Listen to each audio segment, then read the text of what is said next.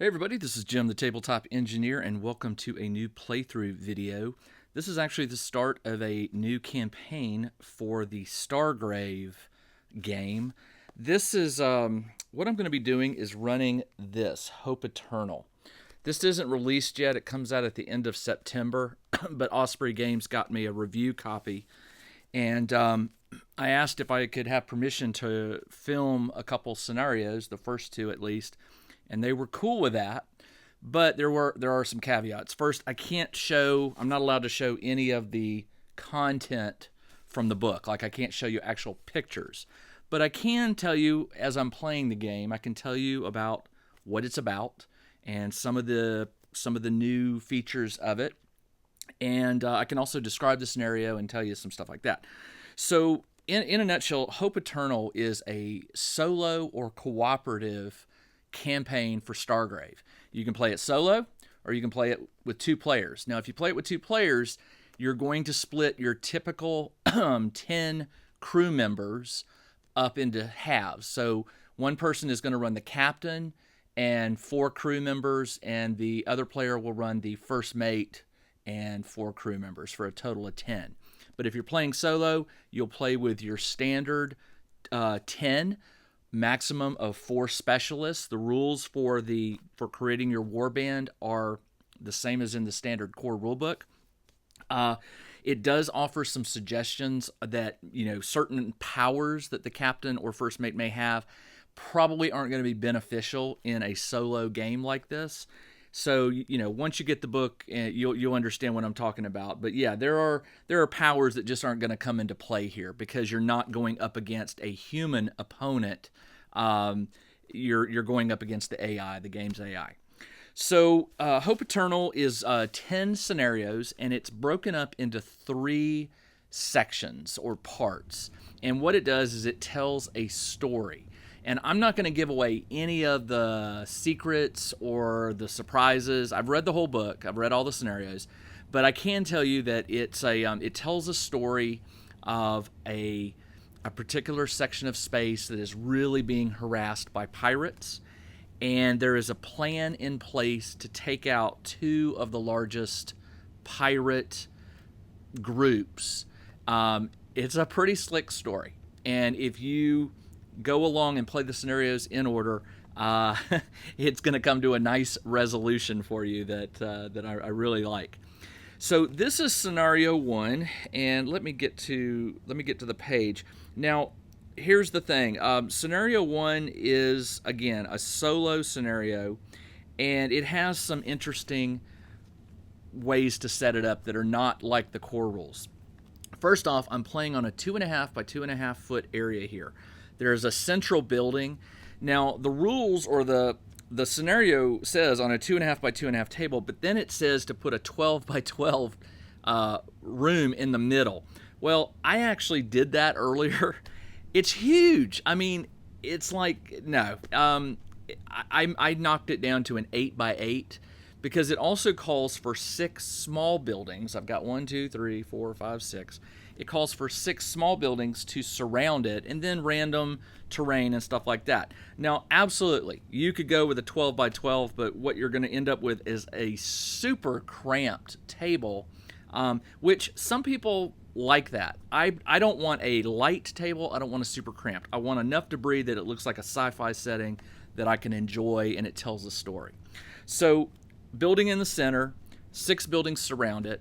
The initial game starts out with 6 bad guys. You place 2 on roofs of the small building. So I've got 1 back there and 1 back there, and then 4 in to the sides of the central building, about 6 inches. So I've got 1 here, 1 back here, 1 there, and 1 there. Now here's the interesting part. Normally with your warband, you're going to start on one edge, and you can group your soldiers or your crew however you like. But in this scenario, you have to break your crew up into 5 teams, 5 teams of 2. No team can come within 6 inches of another team. If they do, it's suspicious, and it raises the alarm, and the bad guys will attack. There is no alarm raised.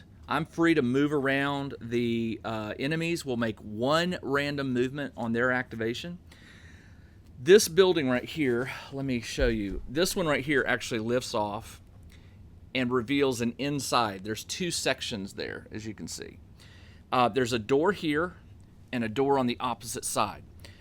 The rules state you can put your characters right next to the door and get the game going. Once I go in that door, what I'm doing is I'm looking for some information on a prisoner that is on a database in this building. I know it's in here, but I don't know which section of the building it is in. So when I enter the building, let me tell you what it says. So at the start of the game, the doors are locked. So the doors are both locked. I can't just go in. You could pick your way, or you can attempt to bluff. It says you must make a will roll with a target number of 18. Now, that's pretty hard to do. My captain has a will of +5, so I would have to roll a 13 to bluff. It says you may add +8 if you use a bribe token. I don't have that. Or +6 if you have the suggestion power. I don't have that. If the roll is successful, the door immediately opens and the alarm will be raised at the end of the turn. So somebody in the building will recognize that you are not who you say you are and raise the alarm. If the roll is successful, it opens. If the roll fails, nothing happens and you can try again. If you ever roll an unmodified 1 or 2 while attempting a bluff, you probably say something suspicious and the alarm is raised. A figure standing adjacent to a door may attempt to open it following a standard loot token unlock ability. You select which type of loot token, but in either case, it has a target number of 20. Very hard. If the door is opened successfully, if the figure succeeds, the door opens and the alarm is raised. So picking the door, either one of them, immediately raises the alarm. And it says if the roll failed and a natural 1 to 4 was rolled, the alarm is immediately raised. So even if you, if the figure succeeds, the door's open and the alarm is immediately raised. If the roll is failed and a natural 1 to 4, the alarm is raised. So if you fail the pick, you can fail it as long as you don't roll a 1 to 4. And then once the alarm is raised, you're going to roll on a table that will tell you when enemy characters appear on stage. And they typically appear, or the rules tell you to place them at the center of the four sides. And it'll tell you, whether to place 1 or 2 or what have you. So in one case it says place 1 in each corner. So you could get 4 of these bad guys going. Now it says the building contains 2 rooms. Players don't know. As soon as the door is open, roll to see if it's room 1 or room 2. And then it gives you descriptions of what's in room 1 and what's in room 2. Room 1 has the terminal. Room 2 has physical loot tokens, but it has 3 bad guys in that room that you'll have to take care of. So this is going to be an interesting little game. There's a lot of bad guys on here, but the good news is I can get my warband members sort of positioned where I want. They can walk right up and start talking to a bad guy. And then when the alarm is raised, it's go time. Now, one thing in the solo or cooperative rules, it goes the captain's phase, it goes the first mate's phase, then it goes creature phase, and then the soldier phase. So the creatures will go after the first mate, before the soldier. And group activation, well, since you have to keep your soldiers sort of away from each other, group activation is really only going to be with whoever is with the captain or the first mate. So keep that in mind. All right, I'm about ready to get this started. I'm going to get some last-minute things set up, get some notes written down so I can remember all these rules, and then we'll get this game going. All right, it is time to play Stargrave. All right, what I've got here, I have a little whiteboard that I've written notes about, like the stats for the bad guys, the details of room 1, room 2, how the alarm could be raised, how I get into the building. One of the things, before you play a game, sometimes you'll give a little thought as to what you're going to do here. One of the things I've toyed with, and I'm actually considering right now, is using a couple turns to just get in position and then attack. Now, the minute I attack, the alarm is raised. The target for this is the computer, which means any new bad guys, if they don't see me or see one of my crew, they're going to move in that direction. It's not a random direction anymore. It moves towards the central. Now, that depends on whether it's room 1 or room 2 or room 1 or room 2, however it rolls. I don't know initially how that's going to be. So if I go on the offensive right away, I outnumber them 10-6. But immediately when that alarm is raised, I'm going to place one ruffian on each corner, if I remember the rules correctly. It says that once the alarm is raised, that's how you're going to do it. And then at the end of every turn from that point forward, you're going to roll on this table to see who appears. It'll either be ruffians or pirate troopers. Ruffians and pirate troopers aren't all that bad, but still, they roll a crit 20 and, ruin your day. So I'm going to have to be very diligent about making sure my captain and my first mate, keep those powers going, but also watching their health, because I don't want them to die. So the real question is, I've got my crew spread out 1, 2, 3, 4, and 5. And as long as I keep them sort of, moving, sort of just talking, hey, they're just all friends here. But when I attack, I need to have all of the bad guys that are on here sort of where they want to be. So before the game begins, I had one out of game roll. It is armor plates for my first mate, and my first mate's armor plates. He has to roll a 14 or higher. If he makes it, he gets +2 armor, but he also loses 2 health because it's an out of game roll. If it fails, it fails. So let's go ahead and roll that. I need a 14 or higher, and I rolled a 5. So I did not get the out of game roll. So first up is the captain, which is this guy right here pointing. I'll take some close-up photos of these guys and give them names so you'll know who they are. Captain is with the one I call Big Blue. Big Blue is a grenadier.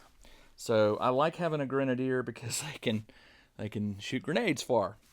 The range and the accuracy is questionable, but it's still kind of fun. All right, so the captain has a choice. He can cast a power and then move, or move and cast a power. I think what I'm going to do is I don't really have anything that is going to not trigger. Now, I don't know about this. I do have coordinated fire, which allows me to specify that the target member of the crew receives +1 shoot for the duration of the game. Oh, I can do that. This may not take a figure above +5 shoot. So here's what I'm going to do. I'm going to cast coordinated fire on Big Blue, who has a shoot of 3. So he can have it. And I need to roll a coordinated fire. Oh no, coordinated fire is my first mate. Never mind. Destroy a weapon, signic fire, psychic shield, wall of force, dark target designation. That's what I knew there was one. For the rest of the battle, the figure receives -2 fight whenever rolling against the shooting. It doesn't say that is an attack, and I'm not treating it as such. It's kind of like I'm pegging this guy as a target. So I think that's what I'm going to do. I'm going to peg him. I'm going to go ahead and cast coordinated fire or target designation. It has an activation of 10 for my captain, and it has no strain. So 10, I rolled a 15. So this guy right here, I'll just make a note. He's the one with the tablet. Tablet is, what is it? -2 fight. Okay, so that was good. And the captain gets a check mark for casting a power successfully, because you're also going to be tracking XP for this game. All right, captain will move closer. Not much. He will move there, and so in group activation, I'm also going to have Big Blue move, but Big Blue's not going to fire this turn. All right, now it is my first mate's turn. First mate is right here. He is going to cast coordinated fire, which gives +1 shoot to Huala, who has shoot +2. By the way, if you watch some of my other solo games, there's one I play called 5 Parsecs. Some of the miniatures here are the same ones I use there. for me, when I play these games, I tend to give my warband members names so I can remember them and remember where they are and things. So this is Huala in this game and also in 5 Parsecs, but they're 2 different characters. They're not. They look the same, of course, because they're using the same miniature, but 2 different ones. But until I get used to the names for my other ones, I have some mixed in here that I already know. So Huala is going to get coordinated fire if I roll a 12 or higher on the purple die, and I rolled a 3. So it failed. There's no strain, so the first mate did not successfully use it, but no big deal. First mate is going to move here, and Huala is going to move with him so that they can see this guy right here. This guy may move in this direction. He may move in that direction. I don't know yet. And then that's it for the first mate. Now it is the bad guy's move. Now they move in a random direction. So what I'm going to do is I'm just going to start with this. I'm going to start over here, and I'm going to go clockwise. And wherever the dice hits, these are all ruffians, and their movement is 6. So wherever the die roll, that's going to be the direction they are. If they're on a roof, they are going to come down. If it's well, I guess in this case it would have to be because the roofs are only 4 inches wide. So let's start with this guy, and he's going to move this direction 5 or 6. 1, 2, 3, 4, 5. I'll just put him down on the stairs here. This guy right here is going to move also in this direction 6, and I guess I could try to be accurate about this. I also have a little, where's my movement thing? 6 is 1, 2, 3, 4, 5, 6. Yes.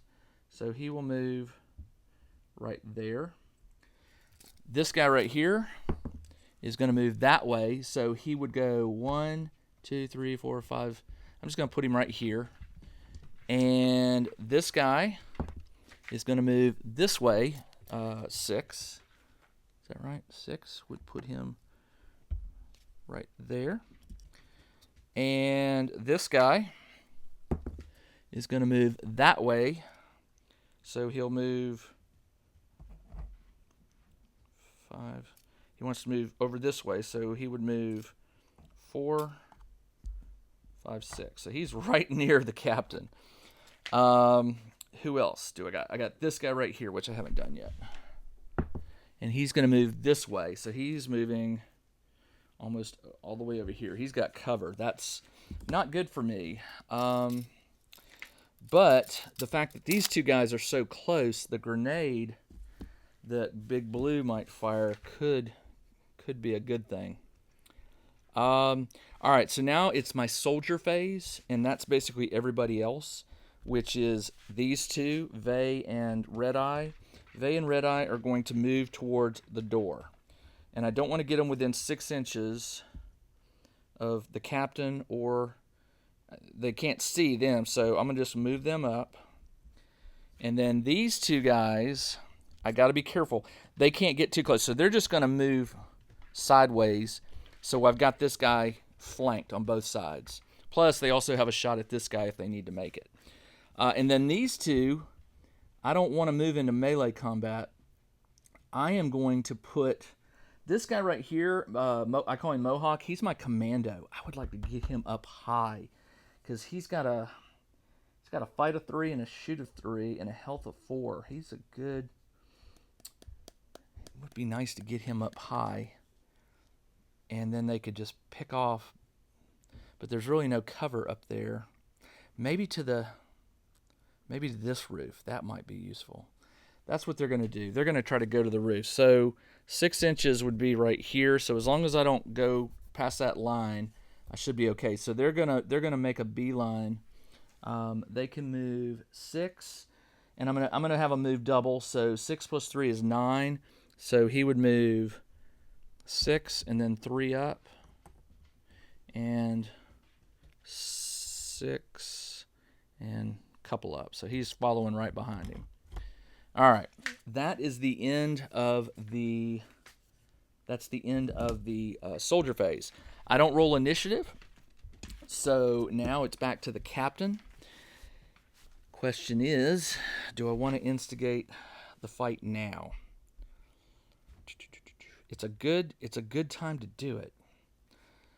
Big Blue could get these guys in a grenade shot. The captain could hit one with dark energy. I got to be careful. This guy over here, though, I could put the captain in cover before he does that. That's what I'm going to do. I'm going to have the captain and Big Blue move over here into cover, just barely, so they can put the grenade here and maybe get these two. So captain's going to come here so he can still see them. Big Blue's going to, well, before Big Blue moves, captain will cast Dark Force, Dark Energy. Dark Energy is I need a 12, strain of 1. If I succeed, I get to make a +5 shooting attack against any target within 12 inches. All right, increase the attack to +7 against robots. They're not robots. Well, this guy is, but I didn't specify at the beginning that he is. He looks like a robot, but they're all humans. Or they're living creatures, not robots. All right, so Captain is going to attempt to cast Dark Energy. I need a 12 or higher. I rolled a 4, so that failed. That's okay. I'm not going to have Big Blue move. He's going to fire his grenade launcher, which, if you're not familiar with I always forget the rules for combat with the grenade, so I'm going to turn to that, and we'll follow it to make sure I'm doing it correctly. All right, he has a grenade launcher. Throwing and firing grenades. I am firing a grenade. So the shooter makes a shoot roll with a target number of 12. So basically, you specify a point. I'm going to try to hit it right here. If successful, it hits the selected target point. If it's a fragmentation grenade, which it is, immediately make separate shooting attacks +3 against every figure within 1.5 inches. Now, if it misses, that's where it gets interesting. So let me go ahead and see if I hit. So he needs to make a shooting roll of target 12. His shooting ability is +3. So I need to roll a 9 or higher. I rolled a natural 20. That ought to count for something, but it doesn't. I rolled a 20, so the point hits. So now I get to make a +3 shooting attack. And by the way, the alarm is definitely raised at this point. So that could be very bad for me. Oh, you know what? I didn't even think about it. Yeah, the enemies are going to get to go before my soldiers, but we'll take that one at a time. So he hit. Now I need to roll +3 against every figure. These are 2 ruffians. Their armor is 9, and their fight is +2. So what I'm going to do is I'm going to do the one on the stairs first. +3 attack. I'm the purple. Bad guy is red.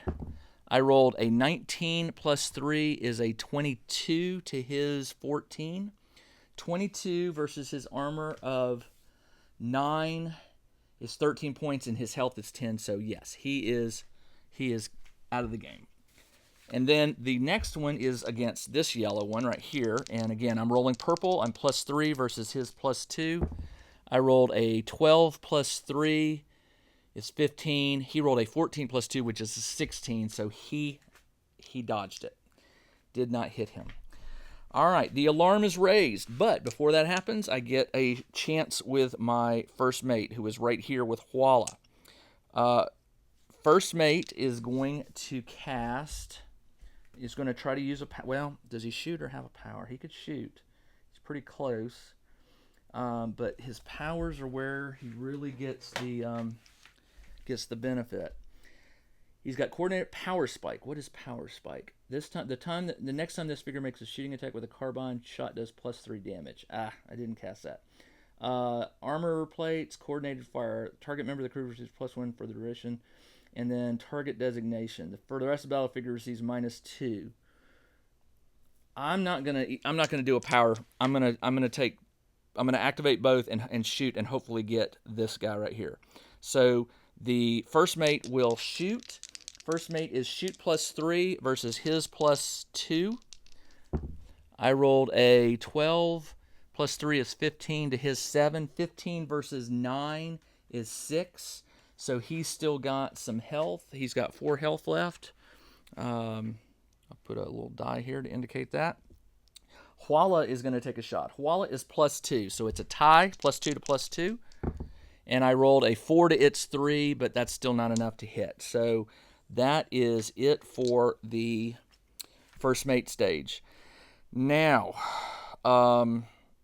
thankfully they are behind cover. I'm gonna move the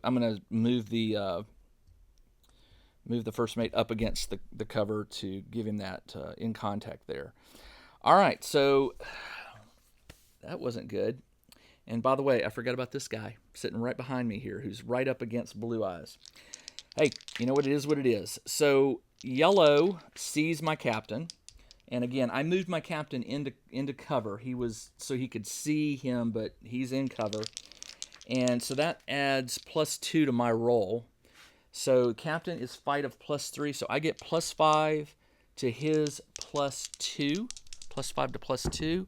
I roll 16 to 5. Ooh, 16 hits. Versus his armor of 10 means 6 points got through. He took 6 points. He is down to 11. That hurt. This guy right here is right next to Blue Eyes, but he's behind him, so he's going to shoot. Blue Eyes is Big Blue, is +3 fight to his +2, +3 to +2. I rolled a 13 to its 9, so I win. I dodged him. This guy right here hears the noise. He's going to. He's got a lot. There's a lot of cover between me and the captain, but he can move and fire. He will move, which gives me a +1, but he's going to get a shot, and I'm still in cover. So I am +4 to his +2. +4, +2. I rolled a 13 to its 12, so I dodged his. All right, that's good so far. This guy right here is going to take a shot at. He's going to take a shot at my first mate. He knows who the head honcho is. So it's +3 fight. I've got cover, so that gives me +2. I've got +5 to his +2, and I think he's got 4 health left, which means he is wounded. Let me look up the rule for wounded. I cannot recall it. Wounded, when a figure is reduced to 4 health or less, they are wounded. Wounded figures suffer -2 to all die rolls. Okay, so that's really good. All right, so that negates his +2. So it's my +4 to his 0. +4 to 0, and I rolled a 19 to his 16, so I dodged his shot. Finally, we have this guy right here is going to shoot at Mohawk. +3 to his +2. And I rolled a +3, 16 to his 21, which is not good. 21 versus his armor of 11 is 10 points of damage. His health is 14, so he is down to 4 health, which means he is also wounded. Ow. All right. That is it for the bad guy phase. Now it's cleanup time, my soldier phase. All right. Let's start with these two right here, seeing if they can get this guy. So Greenie is +2 to fight versus +2. No, his shoot. Sorry, green is +2 to shoot. I rolled a 3 to its 4, missed. He's going to move into cover, and then this guy right here, who is Snake. Snake is +1 shoot to his +2 fight. And I rolled a 14 to its 13. 14 will hit. 14 versus 10 is 4 points. He is down to 8. 14 versus 9 is 5 points. So he's down to 5 health. So he's not wounded yet. And he will move into cover. And then I guess Mohawk will turn around and take a shot. He's +3. He's wounded, so it's +1. +1 to +2. And I rolled a 13 to his 3. 13 versus 9 is 4. So he's down to 1 point, and he is wounded. So I'm going to take Surge, and Surge is going to move up to the top. And then he will also move up. He's shot, and then he'll move. And do you have to move? I always forget. I think you're supposed to move first and then shoot. Let me see what it says. I play so many of these solo games that I honestly sometimes forget the basic rules of movement. Movement. Anytime a figure takes 2 or more actions, one of these actions must be movement. First time a figure moves, it may move up to its end, it may move up to half. Then a figure.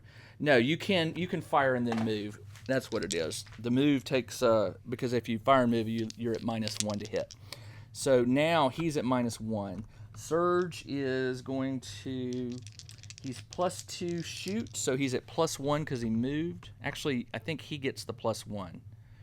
So, so here's how it works.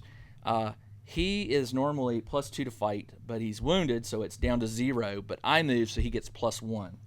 So I get +2 to his +1, and I rolled a +2. I said plus. Let's say +1. Fight is or shoot is +2. Yeah, so 2 + 8 is 10. His armor is 9. 1 point got through, so he is toast.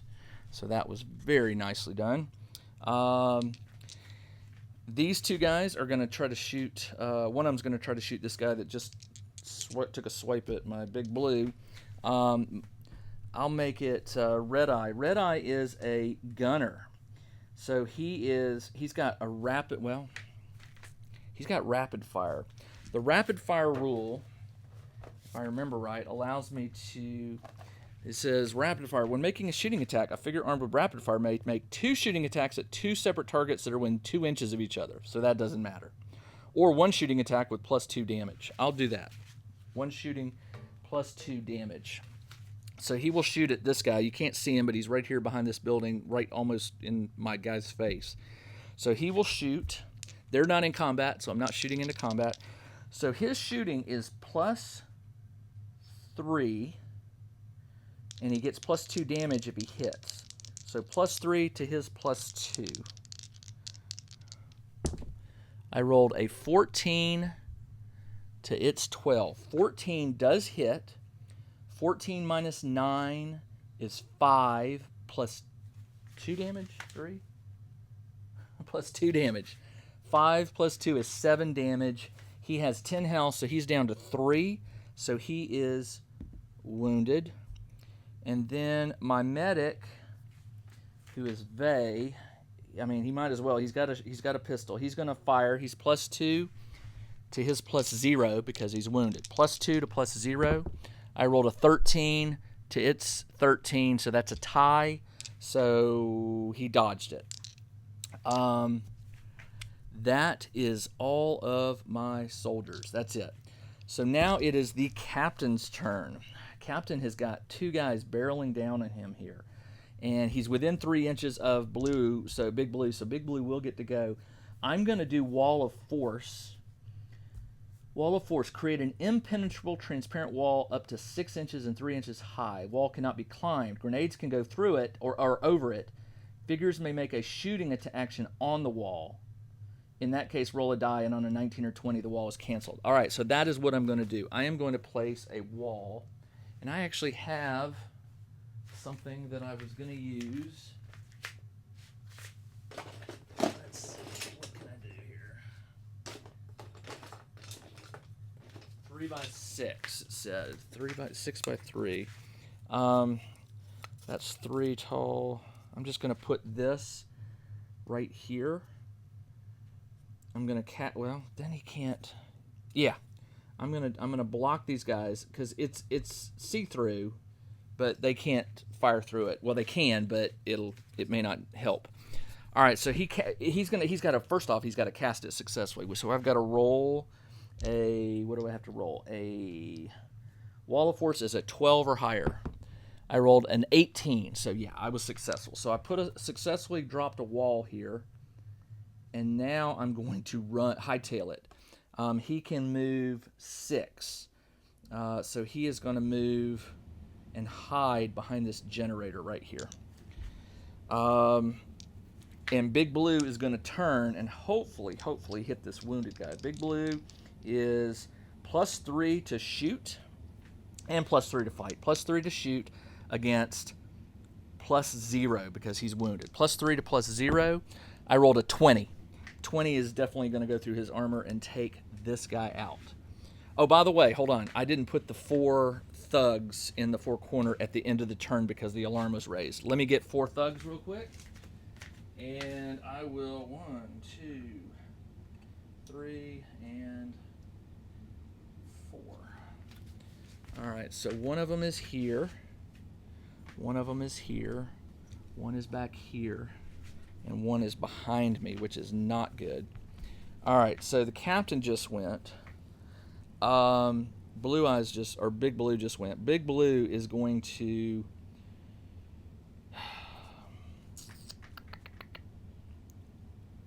They are now going to come this way. So Big Blue, and I can group. So Big Blue is going to move 6 towards this group here, which would put him right about there. So that's fine. All right. Now it is first mate phase. All right. First mate is going to...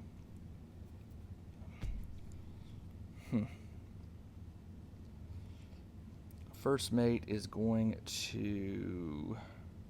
They don't know about this guy. They're in the heat of combat. So he might as well go ahead and try and get this wounded guy out of here. So he will fire. He is +3 to shoot versus wounded, which is +0. +3 versus +0. I rolled a 2 to hit 10, so he dodged it.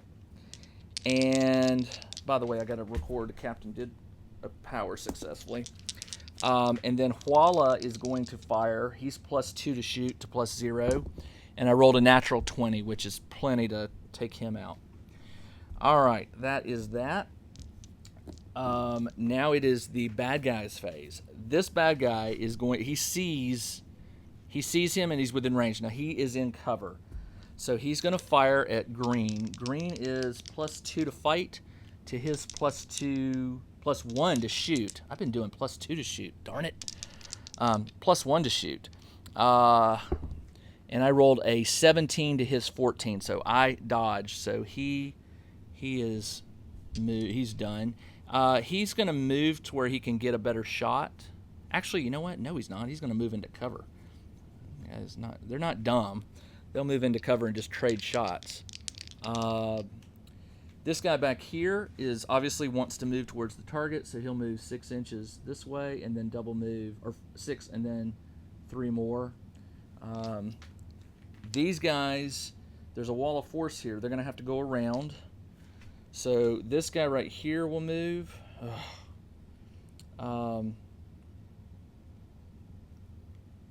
He will move here, and then he will see my captain in cover, so he will take a shot, which is unfortunate for me.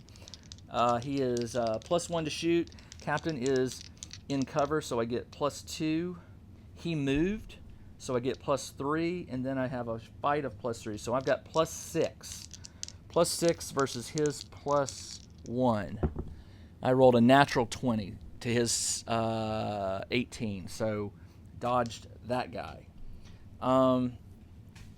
This guy moved. This guy is going to... This is going to get a little crazy here.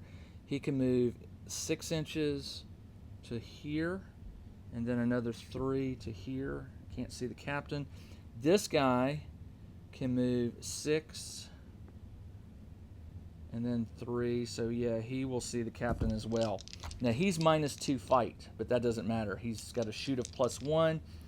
He moved, so I get my +6 again. +6 versus +1. And I rolled a 18 to his 11, so I dodged that. Whew. Okay. All right. Moved, shot, moved. This guy. All right. This guy can go right or left. Let's roll randomly. 1, 2, 3, 4, 5, 6. He's going to go this way. So he moves this way, and he sees my guys who are not in cover. Not in cover. And he will shoot at the closest, which is Huala. Huala is +3 fight to his +1 shoot. I rolled an 18 to his 20. So he hits. 20 versus 10 is 10 points of damage. He's got 12 hits, so he's down to 2, and he is wounded. Ow. All right, that is it for the bad guys phase. This is now my turn for the crew. They already went, so they can't do anything. He's going to turn. He can see him, so he will fire at him. That is Snake, who is +1 shoot. +1 shoot versus +2 fight. +1 to +2. I rolled an 11 to its 9. 11 wins versus 9. 2 points of damage got through, so he has 8 points of damage. Let me put it. I'll use a D8 here. Or now I'll use a D10. He has 8 points of health left. So Snake is also going to turn, and Snake will... You know what? Snake's going to have to move. He can... Well, no. Nope. He can... Well, yeah, there's a piece of terrain here. So what I'm going to do is I'm going to move into the open, or move here, so I get him in clear. That's going to give him +1 since I moved. So he is now +3, and green is +2 to shoot. So +2 to +3. I rolled a good 18 plus what did I say 2? 18 plus 2 is 20. 20 versus 9 is 11. That's enough to kill him. He's gone. All right. I still need to make a move on this building, and I haven't done that yet. All right, they've gone. They got hit. These two guys right here. These two guys can see these guys over here. So Red Eye is going to fire. He has got rapid fire. They are within an inch of each other. Within 2 inches. So I can do 2 shooting attacks at 2 separate targets that were in 2 inches. So I'm going to do that. I'm going to do 2 shooting attacks. So the first shooting attack I'm going to do against this guy. This guy is -2 fight because I cast that target designation on him. So that cancels. So he's -2 fight. So he's down to 0. So I am at +3. Red Eye? Yeah, +3 to 0. And it rolled a natural 20. So he dodged it to my 6. He's also going to shoot at the guy next to him, which is I'm at +3 to his +2. +3 to +2. I rolled a 14 to its 11. 14 minus 9 is 5. 5 minus 10 is 5 health. So he's got 5 health left. And this guy's okay. Now I've got my medic, who is going to turn and can see. Now, does he shoot? Who does he shoot? Crap. I gotta get this. I gotta get in there and get that terminal. I'm gonna get swamped in a minute. Okay. I am going to have my medic shoot at the yellow guy. Since he's -2 fight, he has a better chance of hitting him. So, and my medic is +2 to shoot. So it's +2 to +0. I rolled a 21. That's 21 versus 9 is 12 points. He's got 10 health, so he is gone. That's good because I have a feeling I'm going to need those miniatures pretty soon here. That is all of my... That's all of my crew members have gone. Now, my turn. Captain. Captain sees this guy. I'm gonna have to cast Wall of Force again. The wall cannot be... Yeah, because otherwise I've got 2 guys barreling down on me. I could move, but there's not much I can move to that they're not going to shoot at me, and I want to leave these guys open. So I'm going to cast Wall of Force again. I need to roll a 12. So let me roll a 12. Come on, roll a 12. I rolled an 8. I cannot enhance that because, well, I don't have a choice. I'm going to take the 4. His health is 11. I'm going to take that down to 7, cast it, and I'm going to put another Wall of Force.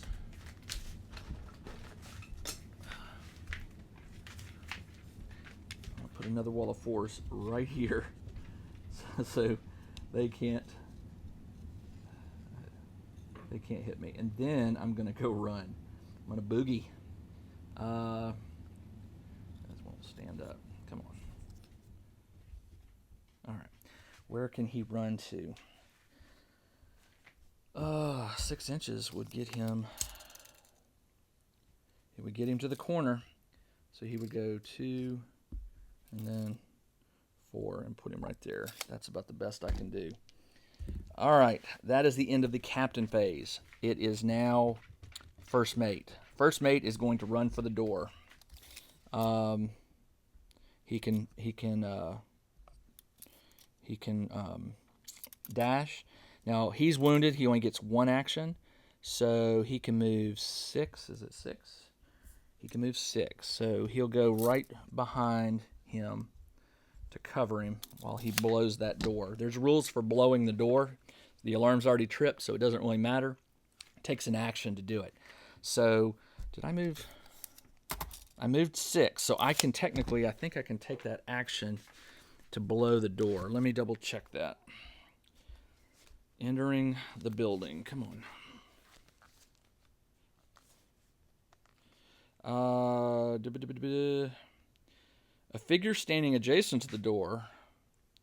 No, here it is. Finally, a figure adjacent to the door can use a move action to affix an explosive charge. So I already moved, so he can't do that. So, and then it says place 2. Oh, no, I better not. Place 2 ruffians at the center of each table edge. Ooh, no. He'll try and pick the lock, which he can do as an action. So he's up against the door, and that is you can treat it however you want. He has both a pick and a deck, which is plus 6. To unlock the door is target number 20.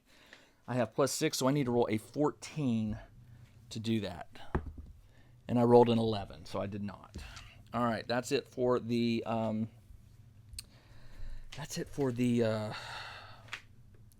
first mate. Now it's the bad guys. He's not wounded. He can move, and he will see the closest one is Big Blue, so he will fire at Big Blue. Big Blue is plus 3 to fight versus his plus 1 shoot. I rolled a 21 to his 20, so I actually dodged it. Nice. This guy right here will move 6. And yeah, he can see Red Eyes now. He's got a direct line of sight to Red Eye. Red Eye is plus 3 fight versus his plus 1 shoot. And I get plus 1 because he moved. Oh yeah, he moved. I should have got another benefit on that. So he moved, so I get plus 3, plus 4 to his plus 1. I rolled an 18 to his 17, so I dodged it. Man, that was nice. This guy right here can move 4, 5, 6. He can see Big Blue. Big Blue's behind cover, but he can see my medic out in the open. So he'll shoot at the medic who doesn't get the cover bonus. Medic is plus 2 to fight, but he gets plus 1 because he moved. So I'm plus 3 to his plus 1. And I rolled a, what is that? I rolled a 16, 19 to his 13. So my guys are really doing well on the dodging this turn. Man. Okay. Done. Oh, this guy down here. This guy will sort of, he's still in cover. He's going to step out, and he sees Surge at the roof. Now, Surge has got some cover there, so, and he had to, I'm going to say he didn't get the move bonus. He was already there to begin with. So he's going to shoot through the cover at Surge, who also has cover. Surge is plus 3 to fight versus plus 1. And I get cover, which is plus 2, so I've got plus 5 to plus 1. I've got 13 to his 5, so I dodged his shot. That is the end of the bad guys. Now I need to move my crew. But now, from now on, I roll on this chart to see where the enemies come from. So it's going to be a little random. So the first thing I need to do is get rid of these 2 jerks over here. So I'm going to have Big Blue. He's got the grenade. He's a grenadier. He's going to fire a grenade at this point. And I need a target number. Was it 12 or 14? I think it was. Let me double check. Grenades. Grenades is target number 12. I should write that down. Grenadier, target number 12. And he is plus He's +3 to shoot, so he needs to roll a 9 or higher to hit this point. 9 or higher. Purple die is theirs. And I rolled an 8. He failed it. He failed it by 1. And the rules say for every point, if the shooter fails, move the target point in a random direction a number of inches equal to the amount by which the shooter failed the roll to a maximum of 6. So it says move it in a random direction. So let me roll a die to see. Here's the point right here. Let me see which direction. I'm going to use this to indicate. And it moves this way 1 inch, which would be right here, which is still within the grenade's. Makes a shooting roll. It was if it's within 1.5, so it's only going to hit. But that's fine. It's still going to hit both of them because they're both within 1.5 radius of the grenade. So that's 2 + 3 attacks. So let's see how this goes. First attack will be against this short guy here. It's +3. He's got +2 fight. And I rolled an 11 to his 18, so he dodged it. Second guy is also the same thing, +3 shoot versus +2 fight.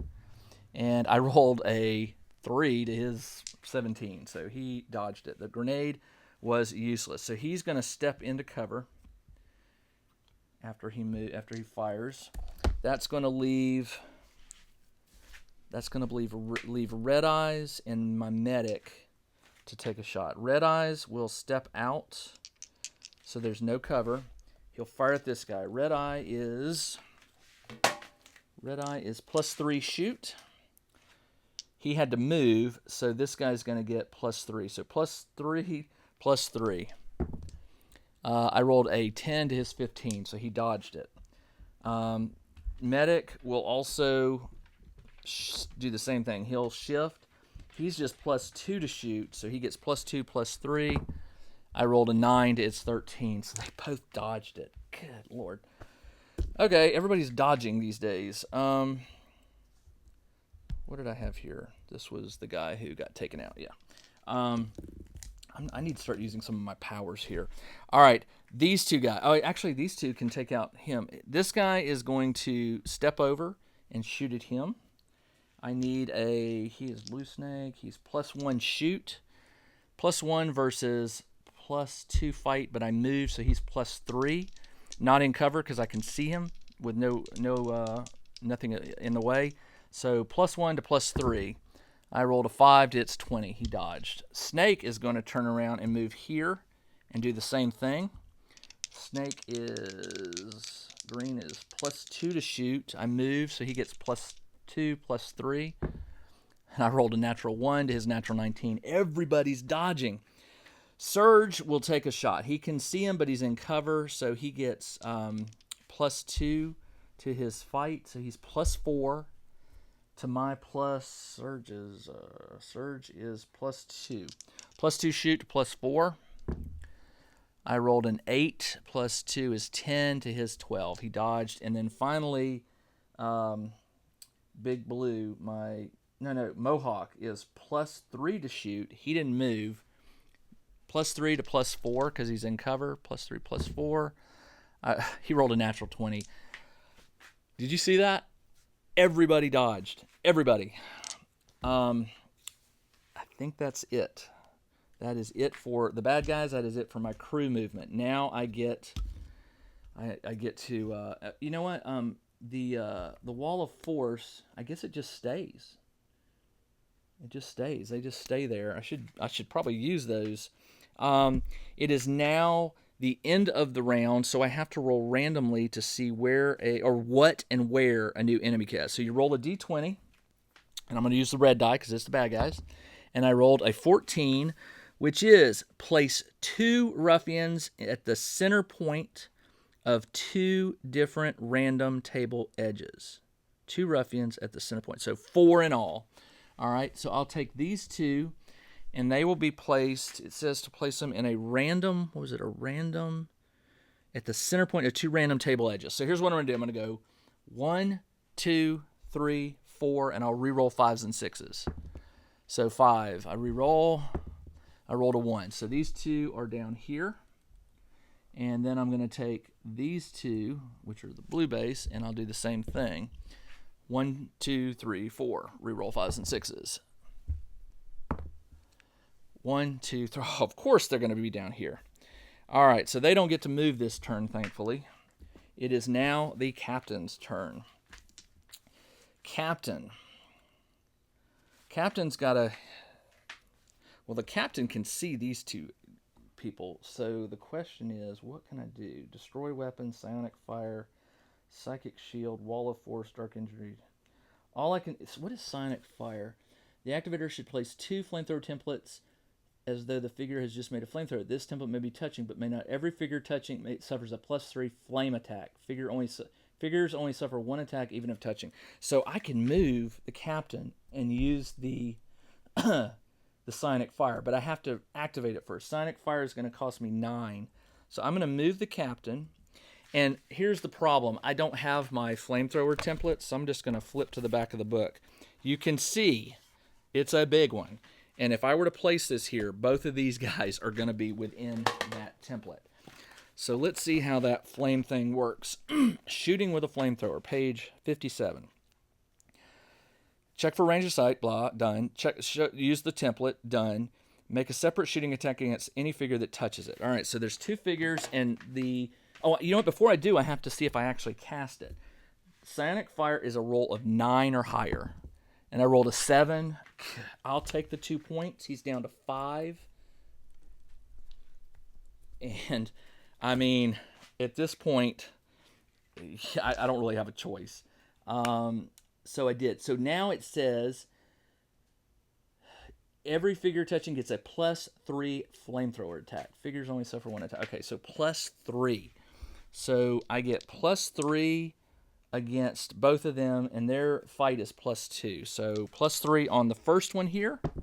I rolled a 2 to its 15. He dodged it. That's unreal. And then the second one, +3 to +2. I rolled a 15 to its 11. 15 minus 9 is 6. 6 minus 10 is 4, so he is wounded. So this guy is wounded, and this guy is not. The downside, well, he's actually within 3, so I could activate him. That's what I'm going to do. So is Medic. They're both within 3 inches, so I'm going to do a group activation here. Actually, I can't, because when he was here, well, when he was here, he was within 3 of... He was within 3 of him and him. So not the Medic, but he was within 3 of this guy and 3 of this.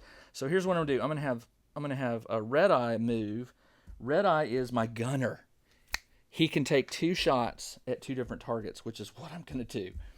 Red Eye will put himself in front of the captain, and he moved, but he gets 2 shots.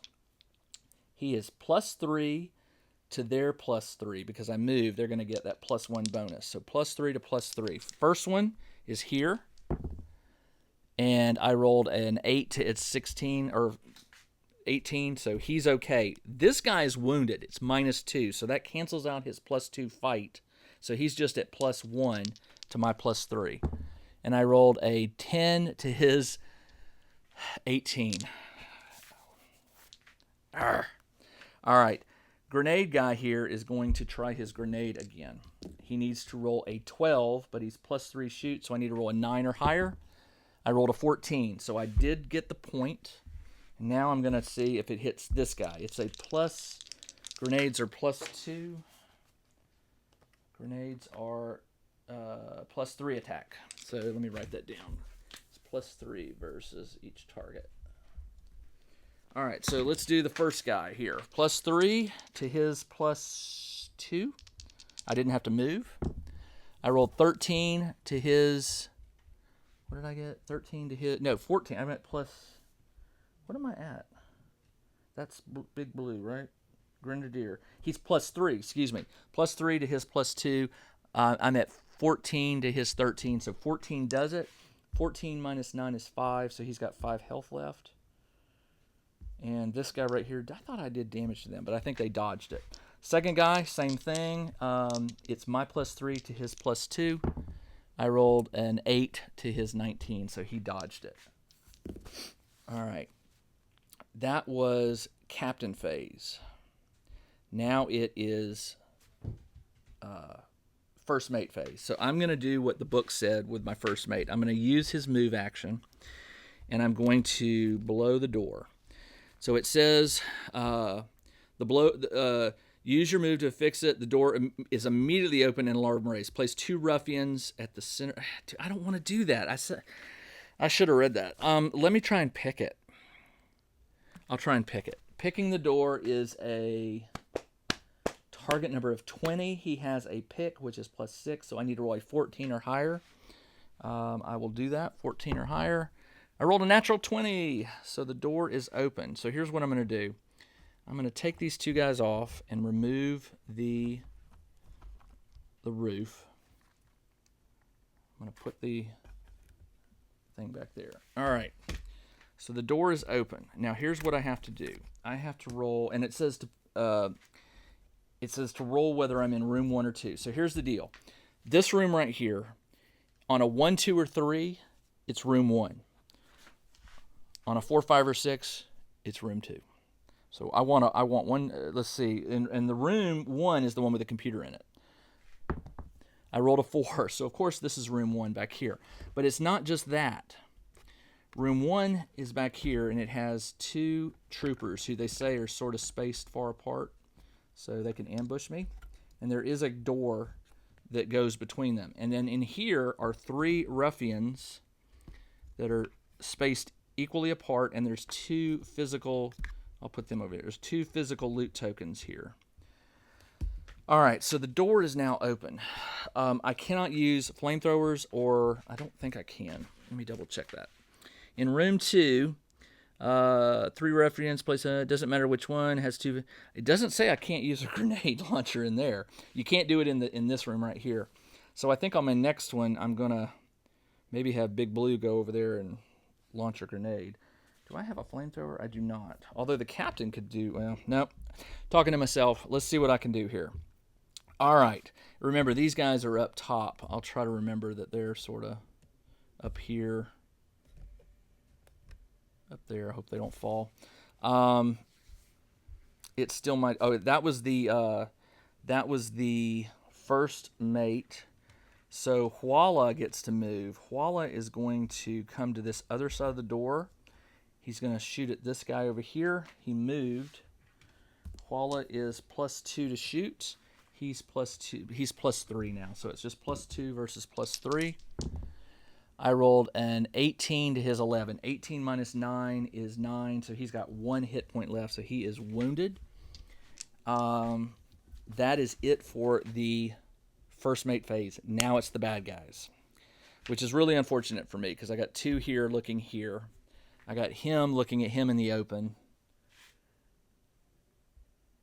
I got him looking at Huala in cover. And I got these guys seeing my medic. Okay. Let's do this guy first. This guy is going to shoot at Huala, but he's -2 to shoot, or -2 on all actions. So he just goes down to 0. You can't go negative. So it's 0 to my. Huala's in cover. He's +2. +2 is 4. 4 to 0. I rolled a 6 to his 10, but 10 is not enough to go through Huala's armor, so it's okay. This guy right here is going to shoot at this guy. Snake is +1 to fight. He is +1 to shoot. I rolled a 10 to his 5, so he dodges. That's good. These guys are going to stay in here because they know what they're guarding. These 2 over here are going to fire at the doctor. He's in the open. They would fire him over the guy in the cover. So medic is Vey. He is +2 to fight. So he's +1 to shoot. So it's +1, +2. 14 hits. 14 versus 10 is 4, so he's down to 10. Second guy is going to do the same thing. He's going to shoot at the doctor. And then, of course, after he does, he's going to move behind the thing because why not, right? The force field. He will shoot. He is +1 to shoot versus Vey, who is +2 to fight. +1, +2.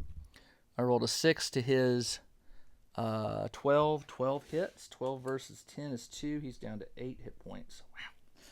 And then he's going to duck behind cover as well. These two.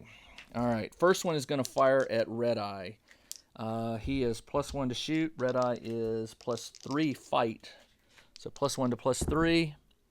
I win, so I dodged it. Second one is wounded, so he's -2. So he's at 0 to my +3, and I rolled 8 to my 6, so or 5 to 8, so nothing happens. That he fired, they fired, they fired, he fired. That is it for the bad guys. I gotta do something here. So now it is. It's my turn. He activated during the captain phase, so he can't fire. He activated during the first phase, so he can't fire. So these two are out. That leaves my medic. This guy, nope, he fired. He activated with the captain too. So it's just these two and these two.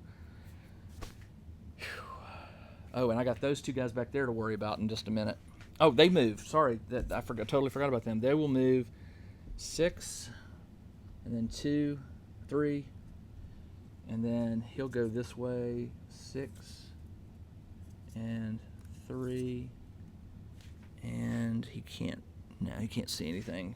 Could he see him? He could, but he dashed, so he's done. He double moved, so he's all right. All right, now it's the crew turn. All right, crew. He is going to fire at this guy. I'm so sick of that guy. Snake is +1 to shoot. He is +2 to fight. I rolled a 16 to its 4. 16 versus 9 is 7. 3. He's got 3 health left, so he is wounded. I am going to have him step back into cover. Snake is going to fire. Snake is +2 to shoot. He's +0 because he's wounded. +2 to shoot. I rolled a 14 to his 15, so he actually dodged it. All right, and then I'm going to have Snake step into cover. And then Surge sees him. Surge will fire at him. Surge is +2 to shoot versus his +2 to fight. 14 to his 9. 14 minus 9 is 5. So he's got 5 health left. So he's not wounded. But big old Mohawk will tear him up. Mohawk will shoot at him. Actually, you know what? Mohawk is here. So Mohawk is going to move over and shoot at that guy. So to do that, he's going to get a +1 because I moved. Mohawk is +3 to fight, or shoot, and he is +2, so it's +3 to +3. I rolled a 16 to his 6. 16 minus 9 is 7, so he has 3 health left. He is wounded. All right, nice. Okay, done. I got one more guy, which is my medic. Medic needs to... Captain is really in bad shape. Captain's got 5 health left. The medic has a medic kit, and let me remember how that works. The medic kit...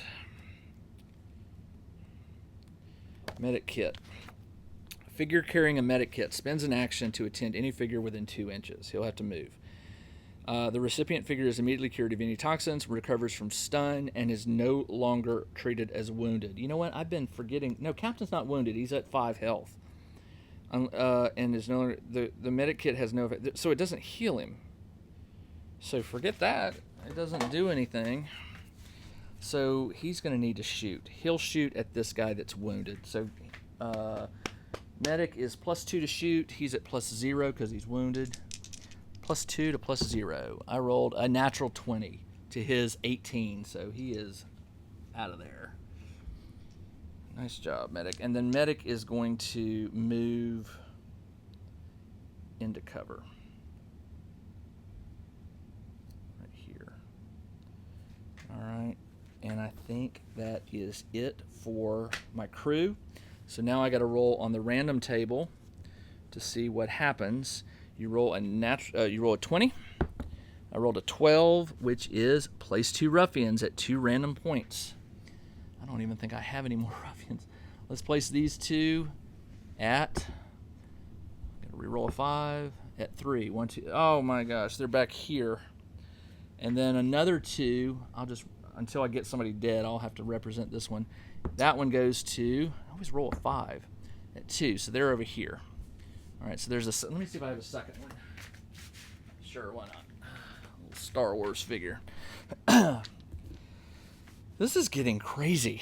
All right, let's get in there and get this data. So that is it for that's the end of the phase. Now it's the captain's phase. All right, captain's going to use his flamethrower thing again. He might as well. So he'll step forward, and I got a line of sight here, 4 of them. So he's going to do psionic fire. Yep, and I need to roll a 10 or higher to cast this. 10 or higher to cast it. And I rolled a 5, and I cannot burn anything to undo that. So you know what? Captain has already moved. He fired. He cannot do anything. So Red Eye, who is my gunner, he can do 2 shots. He's going to step in front of the captain, and he'll shoot at the 2 he normally shoots at. So 2 different targets plus, what was it, plus 3 or plus 2 for the rapid fire. Rapid fire is plus, it's just 2 shots. So 2 shots. All right. So the first one is not wounded, so he's fight plus 2, but I am plus 3 fight, or shoot. So plus 3 versus plus 2. I rolled a 10 to its 11, so he dodged. The wounded one is zeroed out. He's wounded. So plus 3, I rolled a 19, so that's enough to get him out. I will put him out here. And that is it for the captain phase. Captain was too far away for these guys to group activate. Now, on this turn, I'm going to group activate. The first mate will run in, and Huala will follow in just a moment. So first mate runs in. There are 3 ruffians. First mate can cast nothing. No, they're all beneficial to my crew, not to. So he'll just fire at the nearest guy. He's plus 3 to shoot versus plus 2 to fight. Plus 3, plus 2. I rolled a 12 to its 17, so he dodged. In comes Huala. Huala's going to shoot at the same guy. Plus Huala is plus 2 to shoot, so it's plus 2, plus 2. I rolled a 19. 19 minus 9 is 10. That's enough to kill him. But there are still 2 guys in here. Now it's the bad guy's turn. I'm getting wiped out here. This is bad. The good news is I can run away, and the story allows for it. So we may have to do that. Did the captain successfully cast that spell? No, he didn't. He did not. He failed it. Never mind. Well, let's go ahead and resolve this. He's going to fire at Red Eye. So plus 1, and Red Eye is plus 5. So plus 1 versus plus 3. I rolled an 8 to its 8 to 8's tie. This one's going to shoot. It's my plus 3 to his plus 1 shoot. Plus 3, plus 1. I rolled an 8 to its 6. He missed. This guy's going to do 3 plus 1.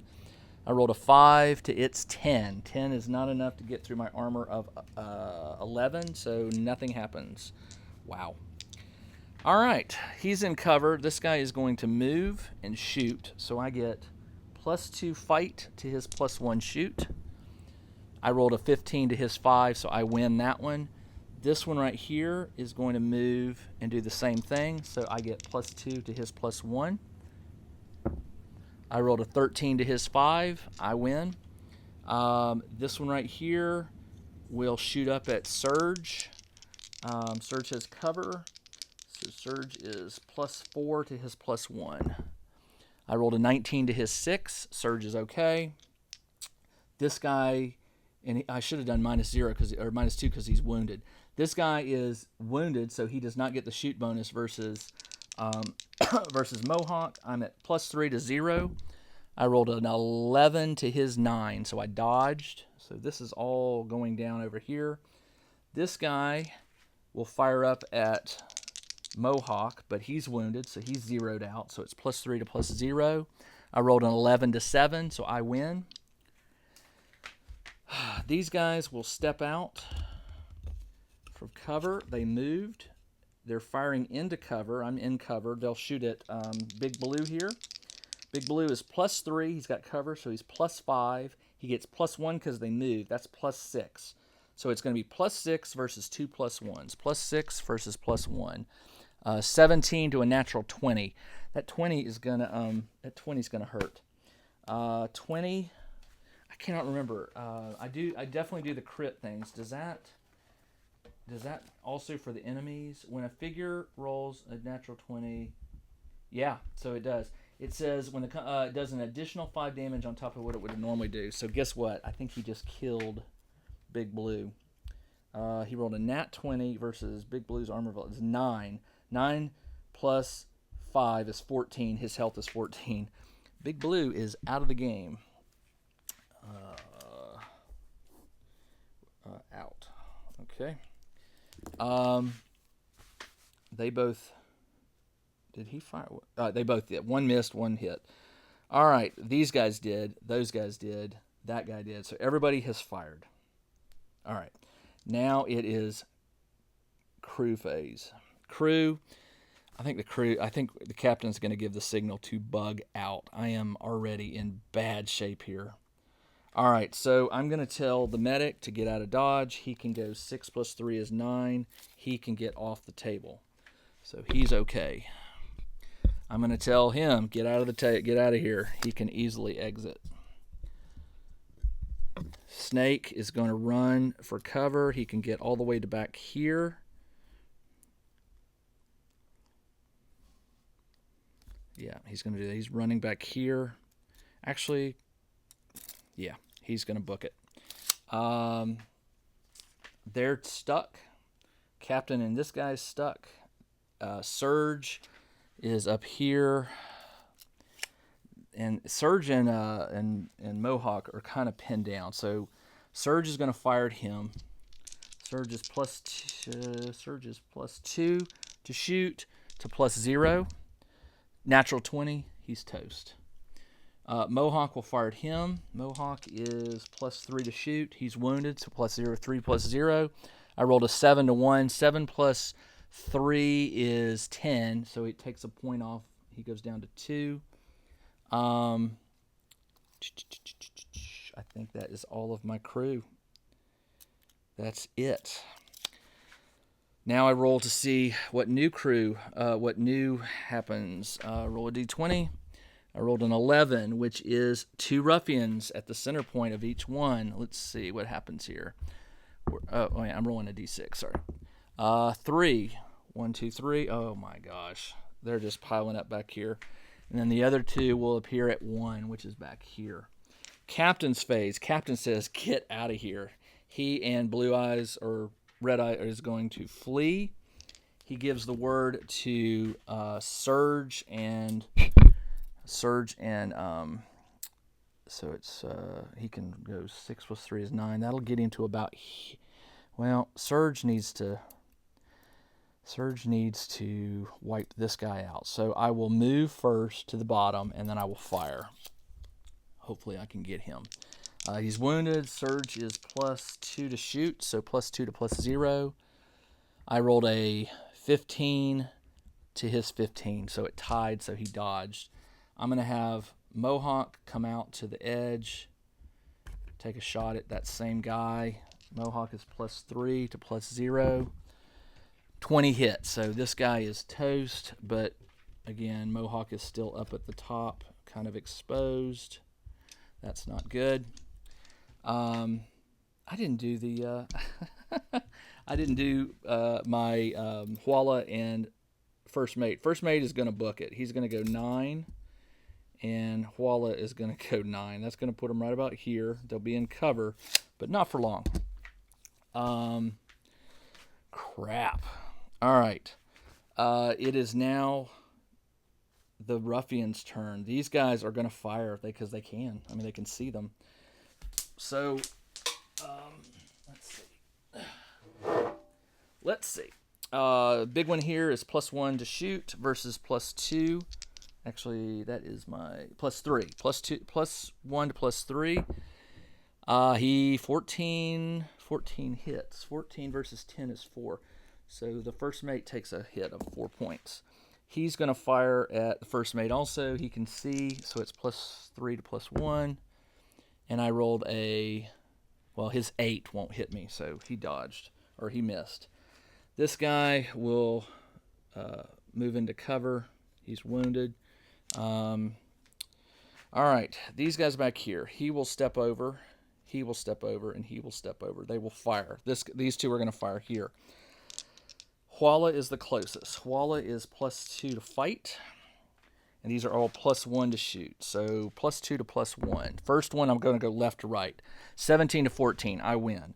Middle one, 20 to 3, I win. Third one, 18 to 19. Hold on.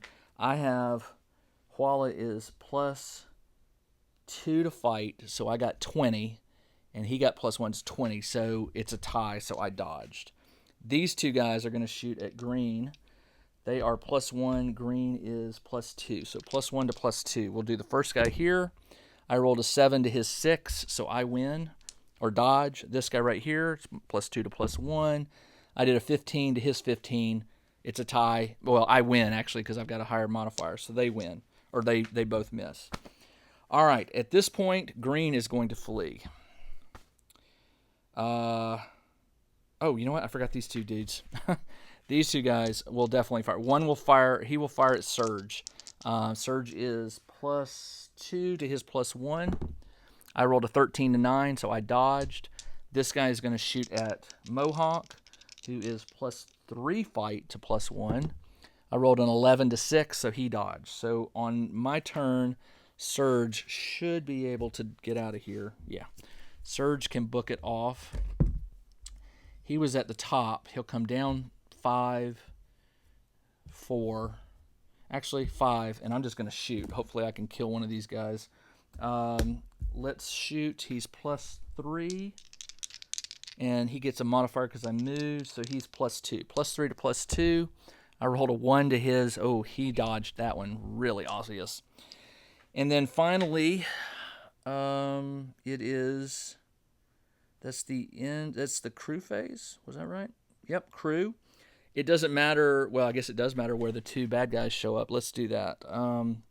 Let's see what shows up. Roll a d20. I rolled a 2, which is, I think that's nothing. No encounter. Oh, I needed that. Captain phase. Captain's off. First officer phase, these two are going to run and get out of dodge. And then it is their turn. They will fire at Mohawk. Mohawk is +3 to their +1. I rolled a 10 to 17. 18 hits. 18 versus 11 is 7. That is enough to knock him out. He is out of the game. So I have lost 2 guys, and everybody else bailed. And that is how Stargrave, that's how Stargrave goes. Sometimes you win, and sometimes you don't. Wow, that scenario was ugly. I really thought I was going to be able to get in there and get that data, and I did not. Thankfully, in scenario 2, there is another chance to win, to sort of continue the storyline. All right, well, let's go ahead and do this. I lost 2 guys, so let's go back here to the rules for figuring out what happened. So let's see. Oh, wait a minute. I need the core rule book. I'm looking at the wrong one. All right, so the core rule book. Turn back to page. Let's see. Where was it? Here we go. All right. Permanent injuries. It's on page 68. So, soldiers. The captain wasn't injured in this. In the first mate survived. So, for each one of these, I'm going to roll a d20. Let's roll for Mohawk, who is a commando. He's expensive. I don't want to lose him. Let's see what happens to him. I rolled a 14, which is full recovery. Yay. Big Blue is a grenadier. He's expensive. I don't want to lose him. Let's roll and see what happens. I rolled a 15. He's okay. My whole crew recovers. Yay. All right. The bad news is I didn't get any loot tokens, so there's no point in doing that. No injuries. Now there is experience. The experience is slightly different for this scenario. Let me jump back to it and I'll tell you what it is. So you do get your experience for casting powers correctly. Let's see, where is it? Loot and experience. So I get plus 10 for each crew member that exited the table. So I'm going to get 80, right? Two got eliminated. I get 100 for recovering or uploading the computer data. I don't get that 100. So I did not do well. But if you notice, well, I'm not supposed to show you that. It says, what if I failed? If the crew failed or recovered, they can try again, either replay the scenario or construct a similar one and make another attempt. However, the enemy will be a higher rate of readiness, increase the ruffians. Or you can say in the chaos, the crew served as a distraction that allowed another team to steal it. That's what it is. So basically, there are more than one crew that are working towards this end of eliminating these pirates. So basically, to continue the story, the idea is that I failed to get it, but another crew did. So the data is going to be in hand. So now I can move on to scenario number 2. That was a bummer, but that was fun, though. I don't care whether I win or lose. Well, actually, I do care because I don't want to lose because my crew will end up all dead, and I end up having to buy basically recruits, which aren't very powerful. So thankfully, my two big heavy guys will be back for scenario number 2. There you go. That is the first scenario of the new Hope Eternal, the Hope Eternal book. If you are waiting on this book, it comes out September 24th, 25th, somewhere around the end. This was called Scenario 1, the Access Codes. In the next scenario, which is called the Great Maglev Robbery, I'll have that set up probably next week, and I'll give it a play and get it up so you guys can see how this solo thing is working. As you can tell, obviously having the bad guys go before my soldier phase, that hurts. I mean, that's a really tough change to have to deal with. But you sort of treat it as the enemy, right? If you were playing an opponent, they get to go captain, first mate. So it kind of balances out, but it definitely is a change in how the flow of the game goes, and it's deadly. I mean, these guys can get their chance in before your soldiers have a chance to do anything. So what I'm going to do is, along with this video, I'll clean this sheet up and add notes and things like that, and XP and all that. So you'll be able to download my sheet. It'll be a link will be in the video description below, and you can download this and follow along, and you can see how my captain and first mate are kitted out with their powers and stuff, and you can also see who I've chosen for my my crew. All right, that is all I got for this evening. Again, very fun, but a little disappointing, but fun. My crew survived to fight another day. We shall see what happens in scenario number 2. All right, this is Jim, the Tabletop Engineer. Thanks for joining me for this playthrough video. I'll be back for another Stargrave Hope Eternal video in about a week. Until then, everybody, take care.